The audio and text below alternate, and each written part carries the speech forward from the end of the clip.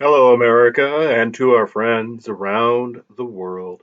Today, 22nd October 2024, Americans are gearing up for elections and going across social media. You see and read or listen and hear reports of individuals having some kind of stress at the polling places, machines flipping votes, doors to voting polls being locked, reports that counts won't be known for days. Let me take you back in time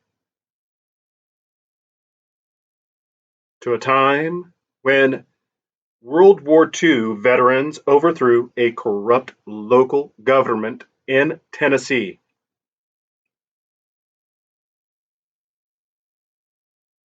Per military.com by Blake Stillwell. After fighting anti democratic regimes in Europe and the Pacific for 4 years, World War II veterans were pretty happy to head home and to have a drink or three to celebrate. Those parties lasted a long time. But when one corrupt city government began to crack down on the hardened veterans as well as local citizens with repeated excessive fines and arrests, the GIs fought for freedom once again. They violently ousted their local regime and ran the sheriff and his cronies out of town, never to return. The government of McMinn County was run by an entrenched political machine that had controlled much of Tennessee politics since the early 1930s. In McMinn County, that machine was run by Paul Cantrell, the elected sheriff. For 10 years, he ran that county like he was a feudal lord. One of the most dastardly laws in the county at that time gave the sheriff's office a fee for every person it arrested, incarcerated, and released, whether they were guilty or not. Local bar owners pointed out prominent patrons for the cops to avoid, but everyone else was likely to get hassled. No one was safe. Life there centered around Athens, the county seat. Much of the area was rural farmland, meaning most of the population was made up of farmers, but a full 10% of the country's population fought in the war. As time wore on and the political machine got more and more oppressive, the locals began to look forward to their boys coming home. According to American Heritage Magazine's Lone Sieber, they would tell themselves, wait until the GIs get back. Things will be different. The servicemen who returned to that corner of Tennessee later described themselves as hardcore veterans of World War II. They left McMinn County. Cantrell was in charge. Sheriff Pat Mansfield, also part of the corrupt political machine, was in office when they returned. Returning vets were known to be flush with cash and were routinely targeted by the sheriff and his deputies. GIs were often arrested and beaten as an excuse to milk them of their hard-won money. The veterans soon tired of the hassle. By Election Day 1946, things began to reach a boiling point.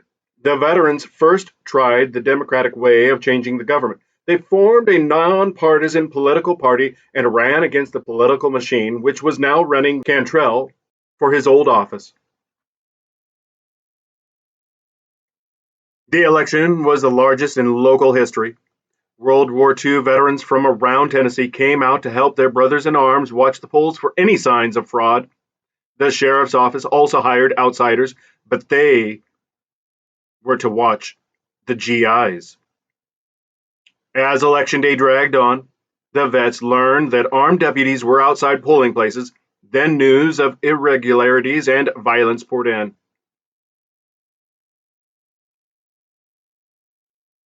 A legal representative for the GI Party was arrested for protesting voting irregularities.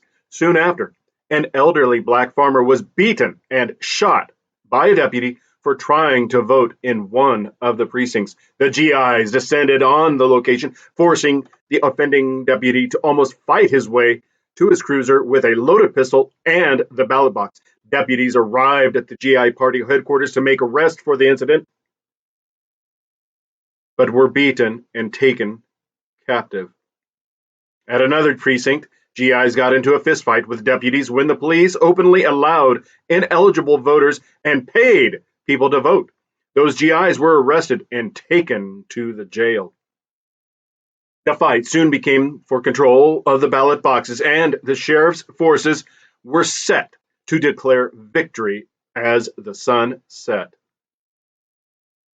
Instead of letting the corrupt government win, the hardcore veterans seized the local National Guard armory, taking a 2-ton truck, arms, and ammunition with them to the local jail. An hours-long gunfight took place, but failed to oust the sheriff and his men. Shortly after 2:30 a.m., the veterans dynamited the jail and the police cars. The deputies at both the jail and the courthouse surrendered and handed over the ballot boxes, but Mansfield and Cantrell weren't among them. They had sped out of town in an ambulance during the firefight. The liberated townspeople were ready to kill the deputies for their decades of corruption and harsh treatment, but the GIs kept them largely at bay. In the days that followed, the World War II veterans of McMinn County dutifully patrolled the streets, an occupying army that kept order. They also mounted machine gun positions on all the entrances to town, just in case Mansfield and Cantrell ever tried to come back at the head of a state or federal army or other official force. Neither of those events happened. The only time an outside official came to Athens was to certify the election. It appeared the political machine of Tennessee would accept the will of the people. Mansfield eventually resigned and conceded the election to the GI candidate, Knox Henry. All fees in excess of $5,000 were returned to the townspeople, and the corruption that ran rampant in Tennessee was soon turned out at every level of government. A year later, the incident, remembered as the Battle of Athens, was just a memory.